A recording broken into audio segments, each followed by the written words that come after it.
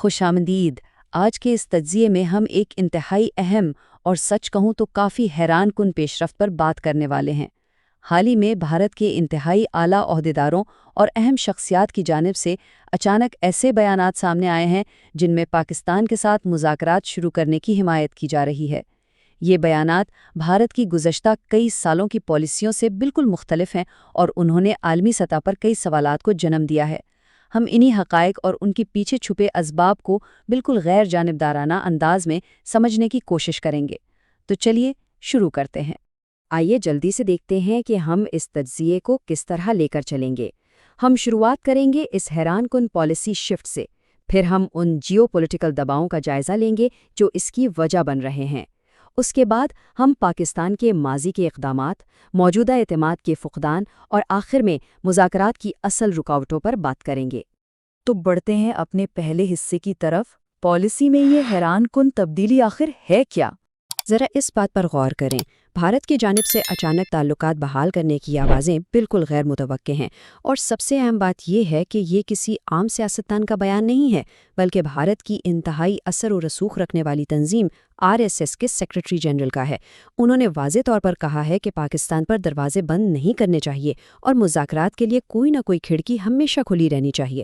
اس کے ساتھ ساتھ انہوں نے سفارتی تعلقات برقرار رکھنے، تجارت اور ویزوں کا سلسلہ جاری رکھنے کی بھی حمایت کی ہے، اور یہ کوئی اندرونی گفتگو نہیں ہے بلکہ پریس ٹرسٹ آف انڈیا نے اسے باقاعدہ شائع کیا ہے۔ اور یہ بیان اس بات کی بہترین وضاحت کرتا ہے کہ بھارت کے اندر کی سوچ میں عملی طور پر کیا تبدیلی آ رہی ہے۔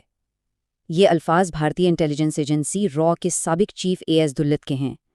ان کا ماننا ہے کہ پاکستان کو تنہا کرنے کی بھارتی پالیسی دراصل خود بھارت کو ہی دنیا میں تنہا کر رہی ہے۔ وہ بہت واضح انداز میں خبردار کر رہے ہیں کہ یہ پرانی سوچ غلط ہے۔ پاکستان ٹوٹنے والا نہیں ہے، اس لیے بات چیت کا سلسلہ کبھی بھی رکنا نہیں چاہیے۔ اب یہاں ایک بات ذہن میں رکھیں، یہ صرف ایک دو الگ تھلگ آرا نہیں ہیں۔ بھارت کے ایک سابق آرمی چیف نے بھی بالکل اسی قسم کے بیانات دیے ہیں، اور بھارت کی سرکاری خبر رساں ایجنسی نے ان بیانات کو باقاعدہ طور پر عام کیا ہے۔ تو تجزیہ نگارہ بجا طور پر یہ سوال اٹھا رہے ہیں کہ آخر اچانک ان سب اعلیٰ سطح کے عہدیداران کو ایک ساتھ ایسے بیانات جاری کرنے کی ضرورت کیوں پیش آ گئی؟ اس کیوں کا جواب ہمیں اپنے دوسرے حصے میں ملتا ہے، جیو پولیٹیکل دباؤ، یعنی عالمی سیاست کا اثر۔ ان بیانات کے پیچھے کی وجہ سمجھنے کے لیے ہمیں وسیع تر عالمی منظرنامے پر نظر ڈالنی ہوگی۔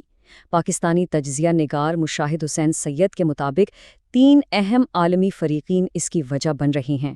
سب سے پہلے امریکہ، جہاں ٹرمپ انتظامیہ اس خطے میں کسی بھی نئی سرد یا گرم جنگ کے حق میں بالکل نہیں ہے، بلکہ وہ ماضی میں جنگ بندی کروانے کا کریڈٹ بھی لیتے رہے ہیں۔ پھر چین ہے، جس کے ساتھ بھارت اپنے تعلقات بہتر کرنے کی کوشش کر رہا ہے اور اسے بیجنگ سے مثبت اشارے بھی مل رہے ہیں۔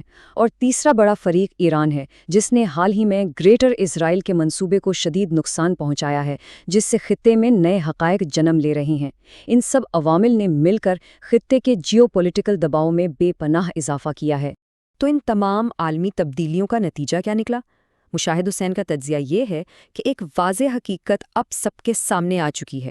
پاکستان کو بدنام اور تنہا کرنے کی بھارتی پالیسی عالمی سطح پر ناکام ہو چکی ہے۔ اکھنڈ بھارت جیسے منصوبے پچھلے سال مئی میں ہی ٹوٹ کر بکھر چکے ہیں۔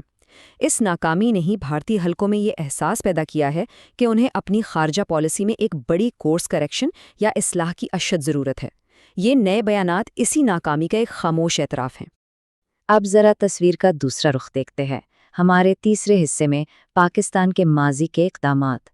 پاکستانی تجزیہ نگار تہمینہ جنجوعہ کا 2 طرفہ تعلقات کی تاریخ کا جائزہ ہمیں بتاتا ہے کہ اگست 2019 میں خطے میں شدید ترین کشیدگی پیدا ہوئی تھی، لیکن ان انتہائی مشکل حالات کے باوجود اسی سال نومبر 2019 میں پاکستان نے امن کی طرف ایک بہت بڑا قدم اٹھاتے ہوئے کرتارپور راہداری کا آغاز کیا۔ تہمینہ جنجوعہ یہ واضح کرتی ہیں کہ پاکستان نے خراب ترین حالات میں بھی امن کے اقدامات اٹھائے ہیں اور باضابطہ طور پر کبھی بھی مذاکرات کے دروازے بند نہیں کیے۔ اور یہی چیز ہمیں اپنے چوتھے حصے کی طرف لے جاتی ہے، اعتماد کا فقدان، یعنی دونوں ممالک کے درمیان بھروسے کی شدید کمی۔ اب سوال یہ ہے کہ اگر پاکستان ہمیشہ سے مذاکرات کے حق میں رہا ہے تو پھر ان نئے بھارتی بیانات پر اس قدر شکوک و شبہات کیوں ہیں؟ کیا یہ واقعی کوئی پالیسی شفٹ ہے یا صرف وقتی دکھاوا؟ یہاں تہمینہ جنجوا کا یہ حوالہ انتہائی اہم ہے۔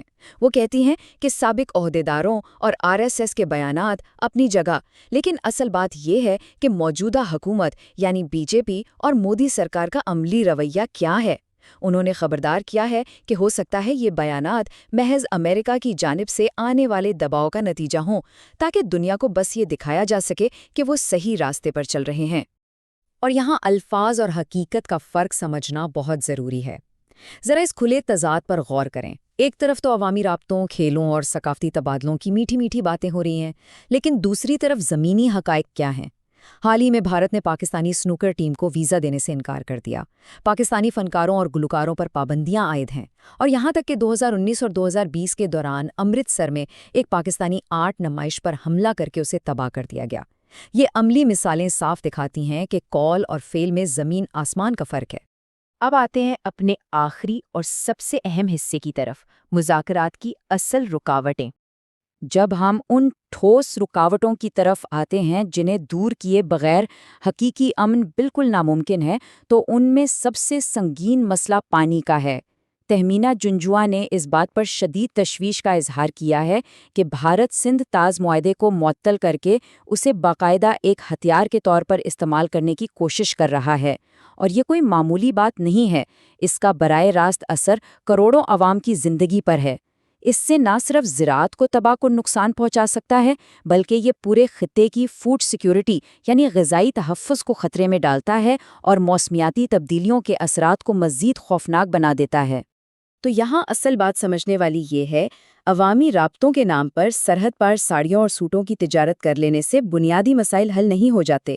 جب تک کشمیر جیسا تاریخی اور بنیادی تنازع اور پانی کے حقوق جیسے انتہائی اہم مسائل، جن کا تعلق براہ راست عام آدمی کی زندگی سے ہے، حل نہیں کیے جاتے، تب تک یہ سطحی اقدامات کسی حقیقی امن کا متبادل ہرگز نہیں بن سکتے۔